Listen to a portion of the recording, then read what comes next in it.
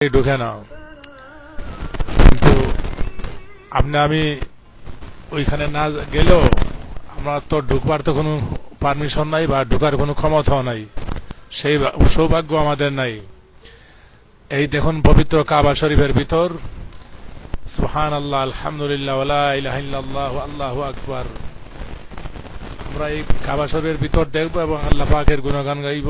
এই যে কাবা শরীফের ভিতরটা তেমন বড় না, হয়তো এমন যদি ম্যাক্সিমাম যদি হয়ে থাকে তাইলে হয়তো 15 হাত এইভাবে এতটুকুনো হবে।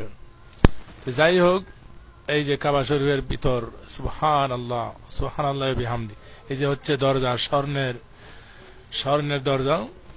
এই দরজার মধ্যে বিভিন্ন কোরআনের আয়াত আছে, দোয়া আছে। একটি দোয়া আছে যা আমার স্মরণ পড়লো।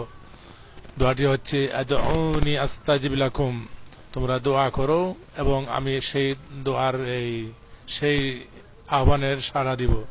অর্থাৎ এই জায়গাতে মুমিনদের দোয়া আল্লাহ পাক কবুল করবেন।